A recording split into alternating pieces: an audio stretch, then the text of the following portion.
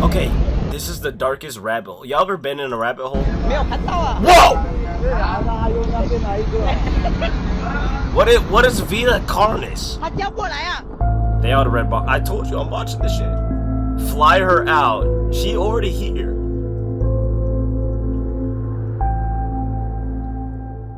YouTube is an unusual place. For the past 5 years, tracking down its most disturbed and mysterious content has become an obsession for me. That search has led me down rabbit holes and into pockets of the internet that, for better or worse, and usually for worse if I'm being honest, have left a permanent impact on me. I'm already But recently, I was asked you just don't know about Nexpo, you don't know about nothing, bro. if any one case stood out above. Wait, this is featuring Nexpo! Wait! W! What was the quote-unquote best of the worst? And I was surprised at how easily an answer came to me. It was a story that started in posted Fiji, like 6 hours ago. Oh, Ocean Project, TM Track, GG, I just leaked. contents, leading her first to the phone 5 hours ago, where she found what looked to be a peaceful video of the ocean, eagerly pressing play to see what secrets the clip might hold. Over the course of the next 10 minutes and 26 seconds, she would witness perhaps the most gruesome video she had ever laid eyes on. What do you mean gruesome video? The images burning into her mind frame by frame, never to be forgotten. The following day, she would upload the same video to YouTube, marking the start of an internet mystery whose trail was as vast as the ocean itself, and whose contents immediately made it one of the most mysterious videos to ever appear on YouTube. Bro, I'm about to buzz. Show me the shit! Before we dive deeper into this rabbit hole, I want to first thank today. I'm about to buzz.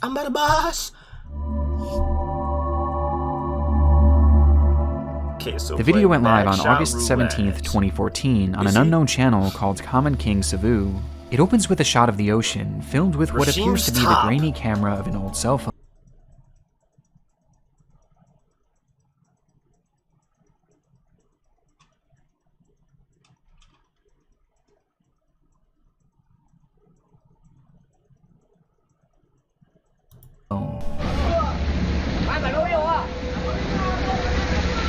These walls are thin.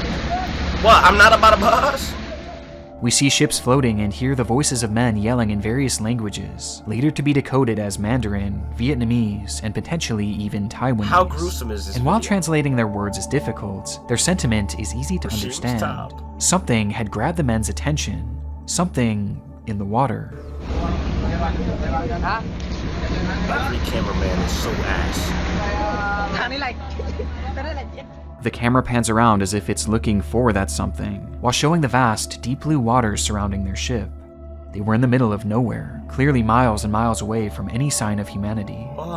Suddenly, the commotion intensifies as the cameraman makes a dash for the opposite side of the ship, as finally he sees it. Sees what?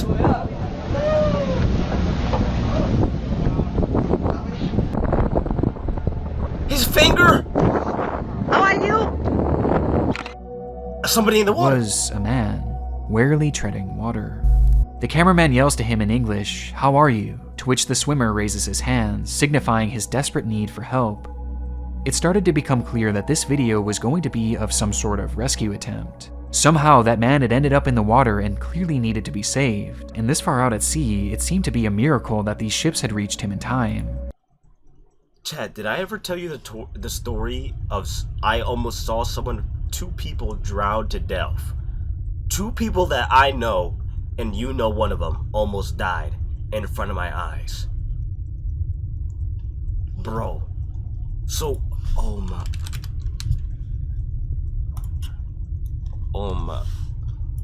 Let me see if I can find like a... Okay.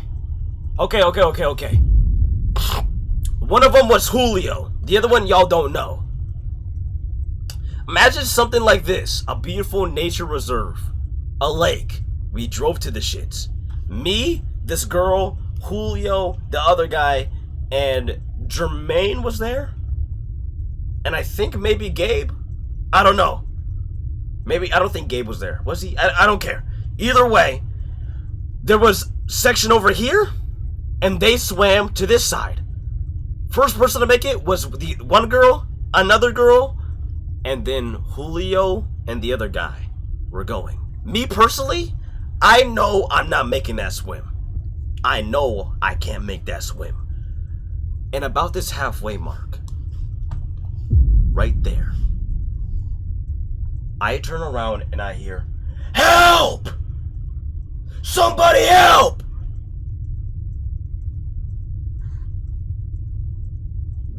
This big bitch, Julio, imagine Noah's mask, but not as big as Noah's mask, but swimming to the other side. He's in the middle, swinging his arms. "Somebody please help!" Julio's right next to him. He's getting on top of Julio, trying to... He's not going to be able to make it. He's stressing. This shit felt for about 2 hours, like an hour long. All you heard was help. I'm over here trying to get people, find people. I'm not making that swim. He's going to kill Julio because he's putting Julio down in the water. And this whole time, all in my head, "Help me! Somebody!" Just imagine the cries of a grown man screaming for help. How scary that shit is. Eventually, some 2 people came to the rescue and saved the man. That shit was so traumatizing. Yeah, I'm so glad I chose not to swim that. But I can't imagine this, because there's no land. Nobody's coming out there. The currents, the waves, GG. Julio was one of them. You almost drowned to death? Fast current river? I fell in the river and slipped. But within this clip, nothing is what it seems, as rather than a life preserver being tossed to the man, or maybe even a rope getting thrown suffocation, his way, drowning, a gunshot rings set out. on fire. A shot aimed directly at the man in the water. Wait, he got shot at? The shot misses just inches above his head, Why is he getting only shot to be at? followed by another shot, and another, until finally the 4th try connects, the bullet piercing the man's head and turning the sea around him an unnatural shade of red. He was dead in an instant. Though the recording kept going, and so did the gunshots.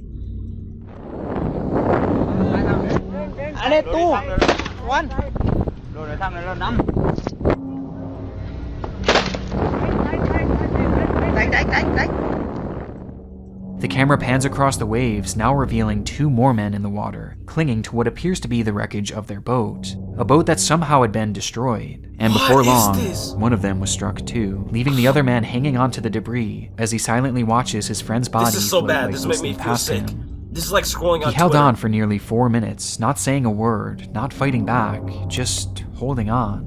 Until finally, he too was executed. Oh my gosh, who's Understandably, doing this? the ordeal proved too much for the cameraman to handle, as at this point he just couldn't control an outburst.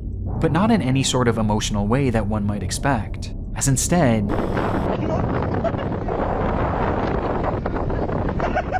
Is he laughing? He couldn't hold back his laughter. Why is he Even as a laughing? 4th swimmer was found and also executed, the laughs and the cheers from the people on board just kept on coming. Hello. Hi. Why is he giggling? There was no sign of remorse for the killings, only celebration. And at the end of the video, the crew even posed for photos.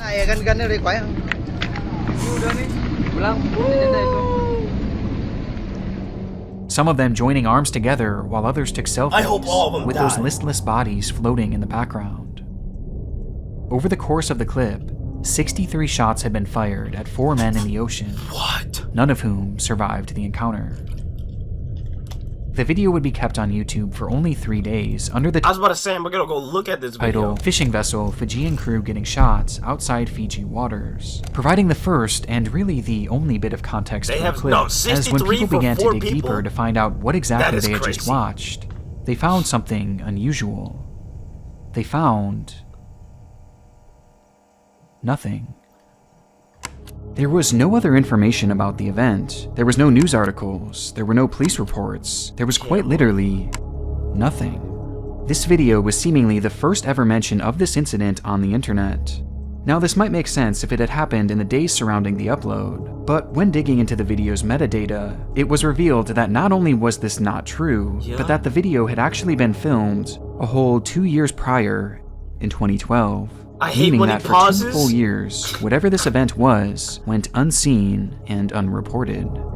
Given its alleged Fijian ties, their government would be the first to investigate in a process that only took about a day, as they immediately determined that the fishermen seen in this footage were not actually Fijian, and nor were the shooters. In fact, the waters didn't even match theirs either. What? And so, with the video having no ties to their country, they immediately dropped the case.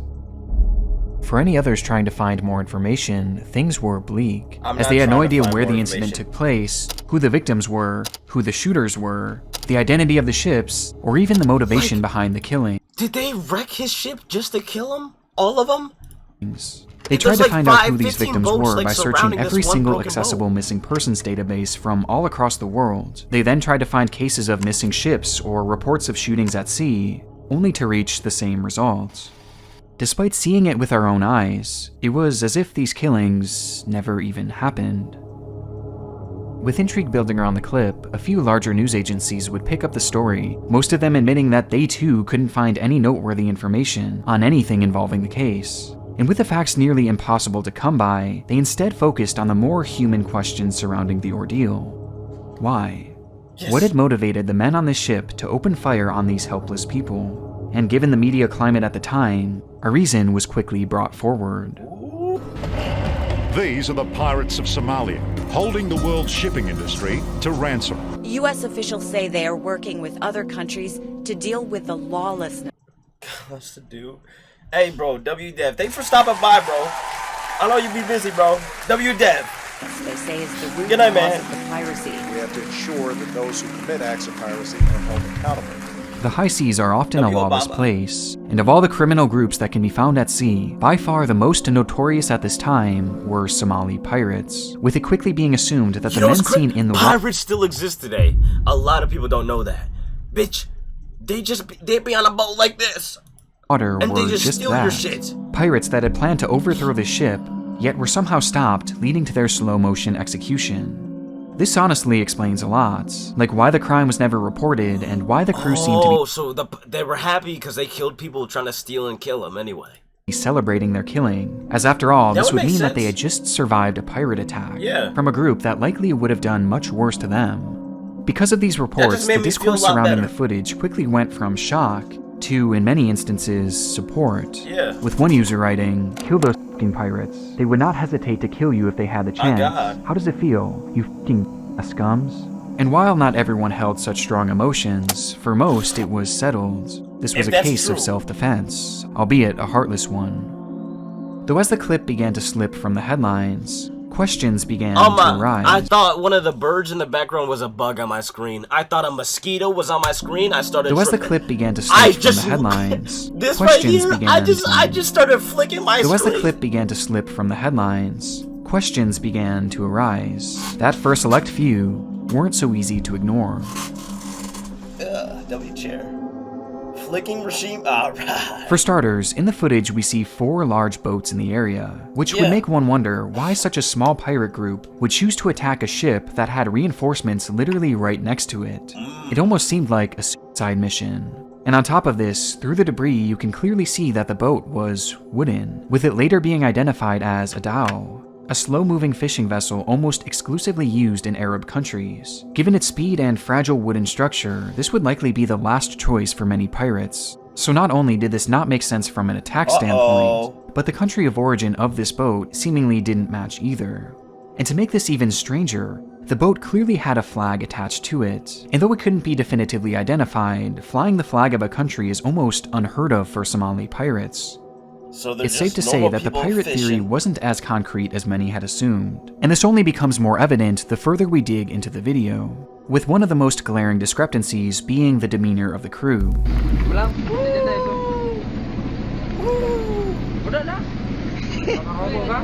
It's obvious that they weren't fearing for their lives at all during this attack. In fact, their words show just how much they were enjoying it, with some people even shouting for the camera to get a better angle and encouraging the gunmen to keep shooting. What? And perhaps even So more that's why they importantly, shot so at no much. point do we see any weapons or any form of retaliation from the men floating in the water.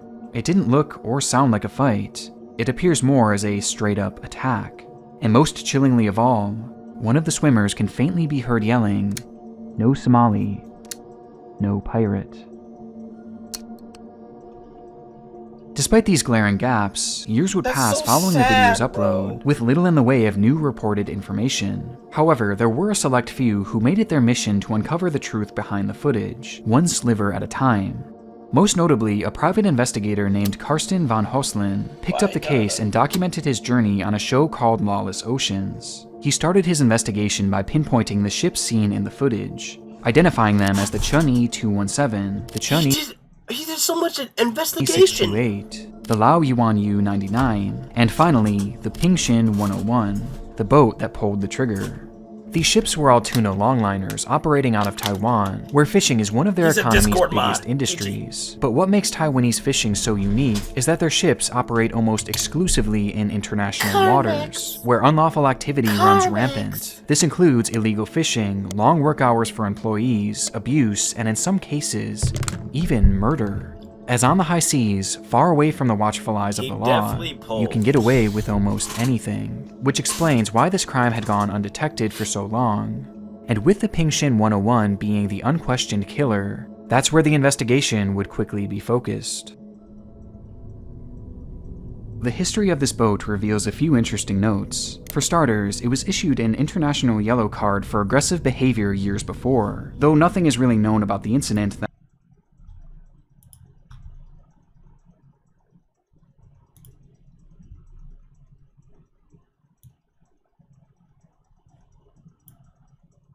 is really known about the incident that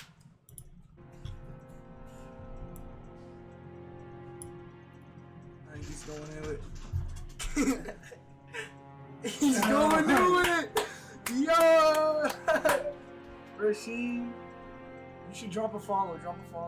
JT, what is this? I know you're watching right now.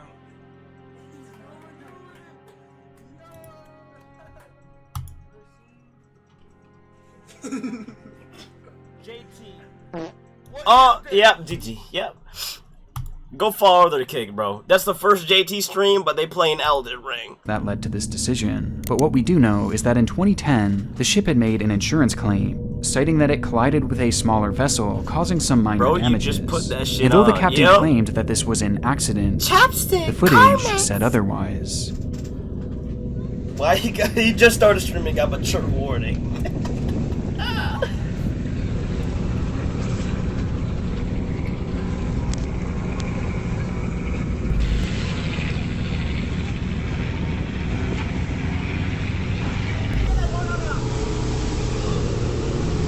Are they about to crash? What is this? Yo, this boat's abandoned. GG, they got water on the boat. The boat's sinking.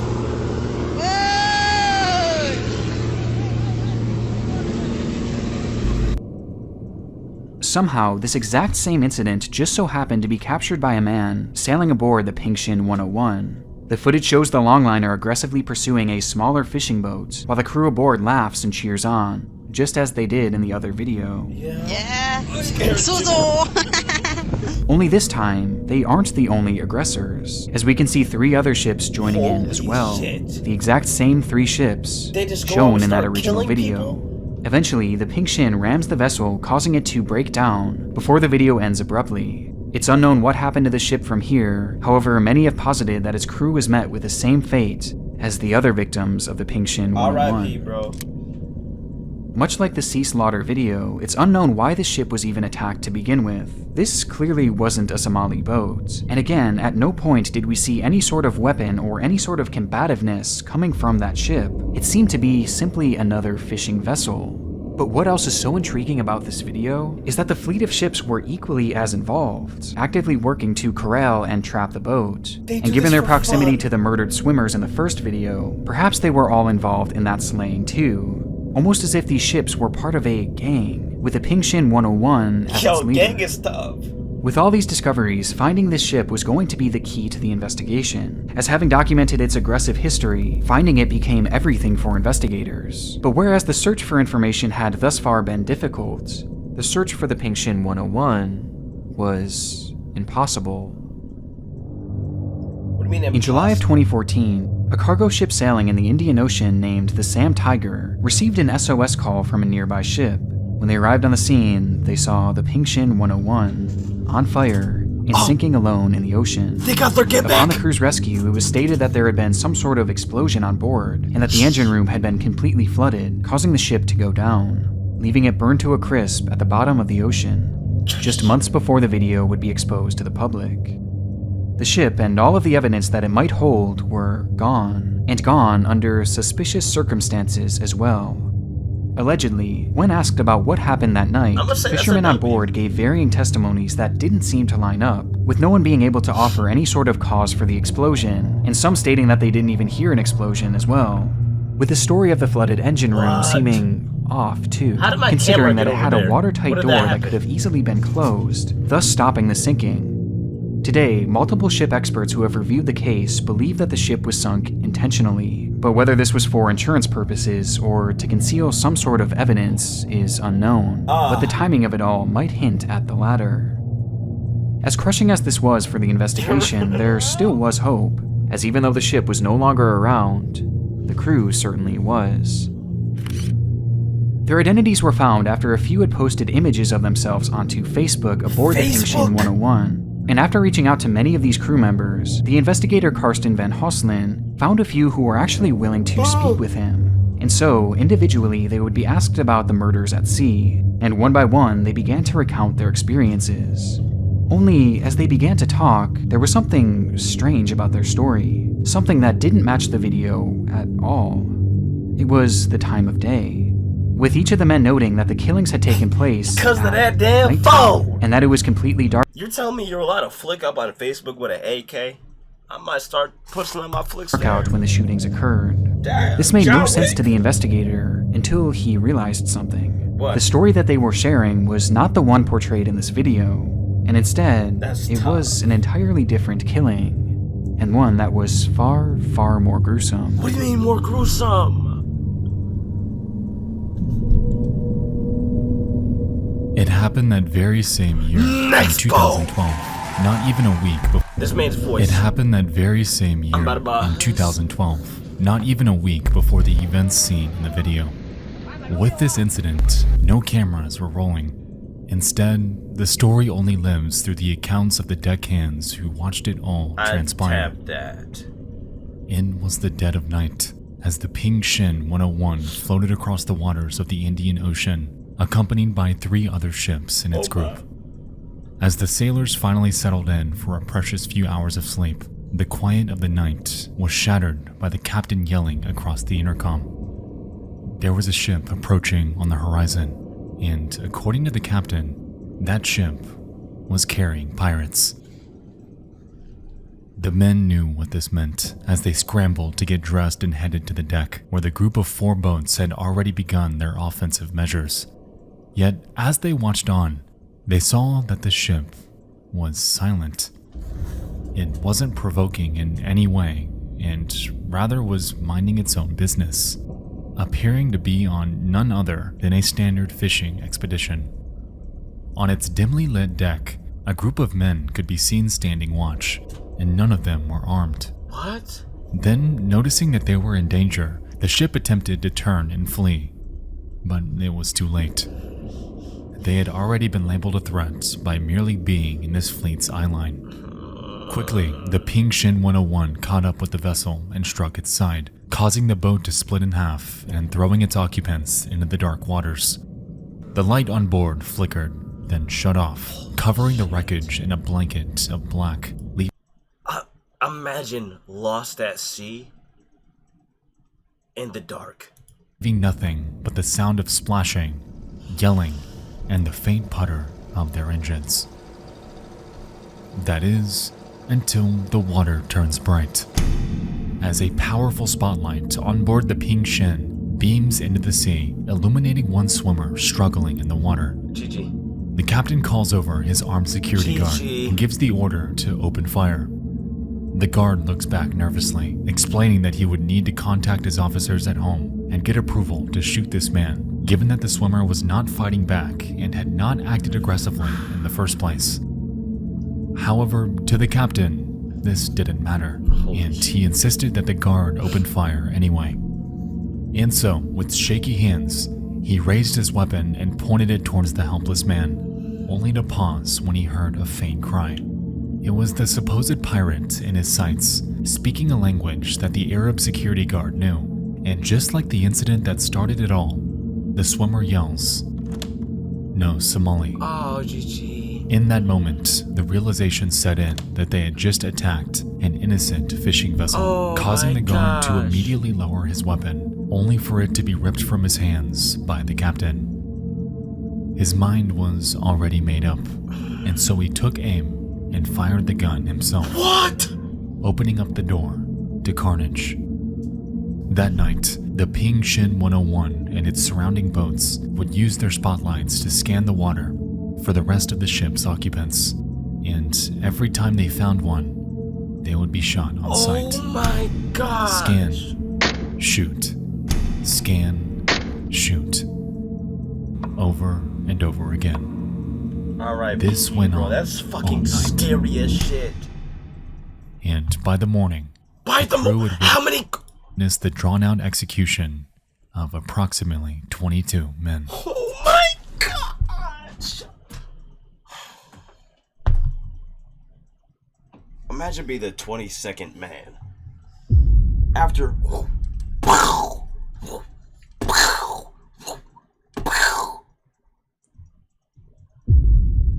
Now it's your turn. Yo! The stories from these crew members added a whole new layer to this case. These ships were targeting innocent fishing boats and slaughtering people at sea for essentially no reason at all. Is that why And they somehow, found them all of this information had never once reached the public and only came to light as a result of a single YouTube video. And the discoveries didn't stop there. As They were so investigators were close to a combing through the nuke. net for details on the Ping Shin, they found another video. A video depicting the very same slaughter as that original incident. Only this recording was taken from one of the nearby ships.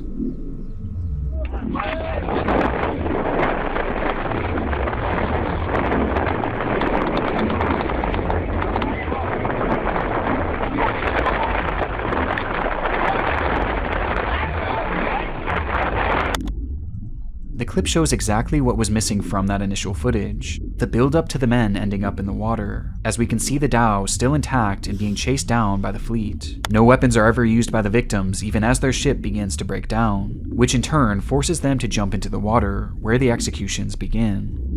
But that's not the only thing this footage shows, as this angle gives us a better idea of the scope of these murders. It wasn't just 4 men that went into the water. No, in the footage you can see many more, their heads bobbing up and down as they await the end of their lives. And though it's hard to tell for sure, it appears that the number of victims was at least triple what we initially believed, with 12 people ending up in the water. A number corroborated by the crew themselves during questioning, who stated that all the shootings were done by either their captain, the armed guards, or even the other ships. In only a week's time, this fleet had killed upwards of 35 innocent people with their merciless attacks. And given the ship's history of violence and its seemingly crazed captain, there's no telling how many others they had taken too. With so many players involved in this situation, it's hard to pin the blame on any one person for these killings. Everybody aboard all had a hand in it. Yes. But it makes the most sense to start at the top. Killings. You know Everybody what aboard that guy looks like? all had a You know what? hand in it.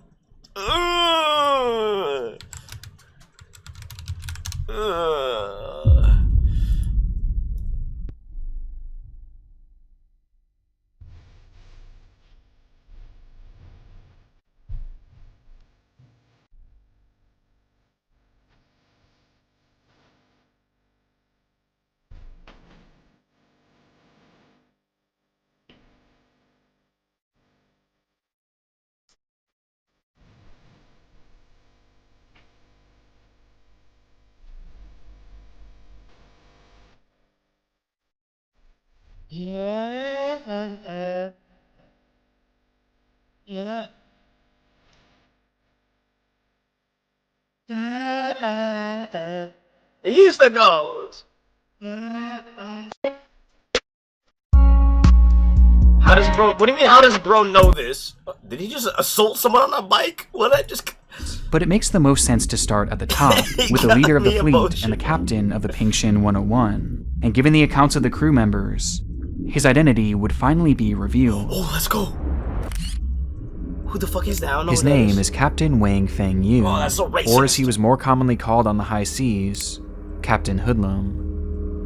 According to his crew, this captain was an angry man, crazy even, who made his points by hitting and beating, choosing violence above anything else, which was perhaps done to make up for his inexperience as a captain, given that he was only 35 years old, which was considered very young for that role. The revelation of his identity led to him being tracked down and questioned for his crimes, to which he gave a reason for each and every attack, proclaiming that these ships were pirates and that they were threatening him, even stating that one of the men had tried to board their ship on the day of that infamous slaughter. But upon further questioning, his defense fell apart. His actions were impossible to defend, and whether he even knew it or not, he was responsible for the deaths of countless innocent men, including many by his own hand. As a result, Wang Feng Yu was put on trial for his crimes committed in international waters, which is considered extremely rare for cases like this, with the Taiwanese government charging him for the 4 murders shown in the video, as these were the only ones that they could verify, due to the other story having literally no record of having even happened. Yu was sentenced to 26 years in prison, which after an appeal will be reduced to just 13. Of all the kill me now! Every story I seen, they actually just got 150 years. But after the judge looked back on it, they were out on parole. What? 6 years in prison, which after an appeal he murdered so many people, would be reduced to just 13. Of all the other ships and men 13, involved, no others would be charged along with him, making this the only form of justice to come from the deaths of all these men, supposedly mistaken for pirates.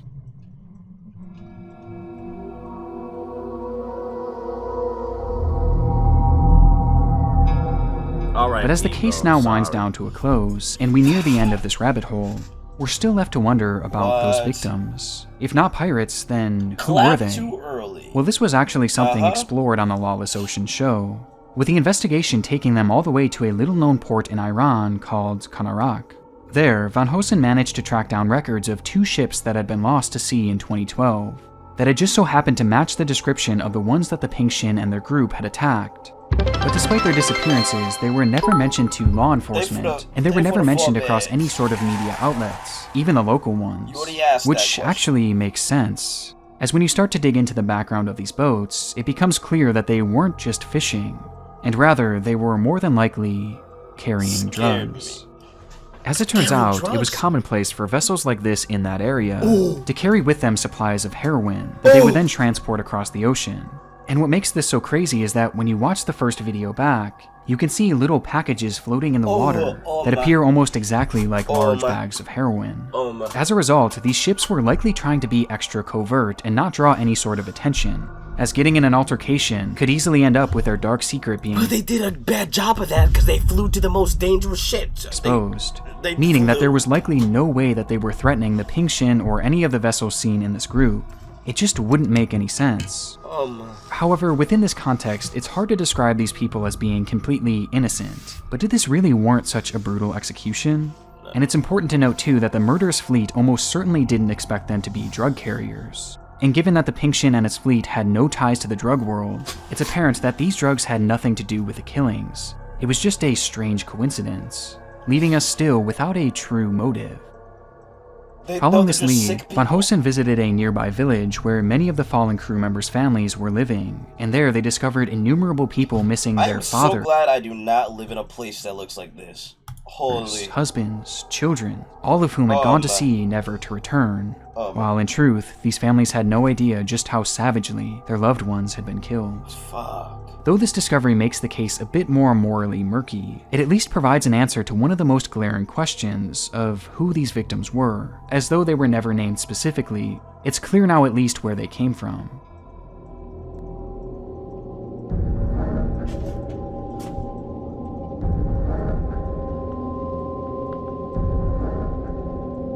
The rabbit hole this video carries with it is almost unimaginable. Imagine if we had just accepted the theory that this was an isolated pirate attack. We would never have known the true story behind this fleet. I legit would have gone to sleep so happy. And the true number of their victims. And justice would have never been served, even if said justice wasn't as satisfying as many had hoped. But of all the twists and turns of this case, there was somehow one more that remained. As oddly enough, the entire story of this video making its way onto YouTube didn't exactly happen as it was first described. We started this case with the story of the video's uploader discovering the clip on a cell phone found in a taxi cab in Fiji, but she would actually later go on to retract this claim once investigators questioned her further. Instead, she had stated that she had been sent the footage by someone else and felt compelled to share it with the world to warn others of what was really happening out there on the high seas. Can I She even flick your claimed what? that she knew it would be potentially dangerous posting this video, not only for her, but for the anonymous person she sent it to. And so, she made up this story to essentially absolve them from any involvement. This means that the clip wasn't found on the cell phone of whoever had recorded it, and instead, it had been circulating. What makes this even more fascinating is that this allowed investigators to track down where the video actually came from, or at least how it had gotten to the island of Fiji, and how it had gotten to this phone in particular. And when doing so, all roads led them to a man who had been an avid collector and possibly distributor. What the fuck? So, do you have a Walgreens app? all roads led them to a man who had been an avid collector and possibly distributor of so-called snuff films. And within his devices, these investigators found hundreds of other disturbing videos of brutal killings, making it almost certain called snuff who had been an avid collector in particular. And when doing so, all roads led them to a man who had been an avid collector and possibly distributor of so-called snuff films. And within his devices, these investigators found hundreds of other disturbing videos of brutal killings, making it almost certain that this video was originally sold as a snuff film, and even bringing up the question of whether or not these killings had been done for that sole purpose. This actually lines up quite well with how the men were acting in the video, gloating for the camera and directing the cameraman on where to go, yelling at him to film it all. And given that we don't really have a solid motive for this event, perhaps it was done for this video specifically, as after all, these workers at sea are notoriously underpaid, and so a video like this would be worth much more than anyone on board was used to making. This is, however, impossible to prove, and though it may have played a role in what was happening that day, it seems more conclusive to say that this was a case of a crazed captain who likely just had a crippling fear of pirates, with his paranoia leading to him being overprotective of his ship and the fleet around him. With this behavior leading to the incidents that, had it not been for a single YouTube video, would have basically never happened, existing instead only as fisherman's tale. And I have to wonder if this could be the case for even more incidents out there at sea, not only for the Pingshin 101 and its fleet, but across the entire high seas. How many more killings have gone unnoticed? Killings that we'll likely never know about, until the next gruesome video finds its way to our screens. Fuck no. Is this an outro? What is this? I want to give a massive thank you to a few people. Hey, well, shout out Nexpo. Hey, we can't end off on that negativity, bro.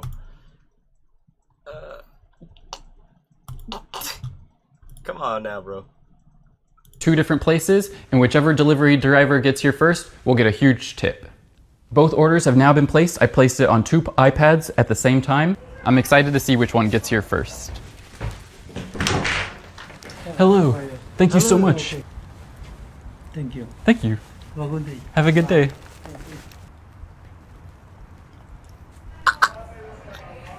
What the fuck? Awesome. I had to. We had to get away Today, from the I'm ordering negativity. pizza from 2 different places. What happened to the Domino's? Hello, I recently got invited to appear on an awesome stand-up comedy podcast. Oh yeah, I saw and that. it was a very encouraging That podcast was funny as shit, bro. Holy shit. Could I give this money towards the people sitting over there for their meal? Yeah, of course. Awesome. Or the people who just walked in, either way. I just think it's like a good thing to do to just so kind of brighten happy. people's day and stuff. Good night, Orange. I'm about to answer 2 eggs, please. Thank you.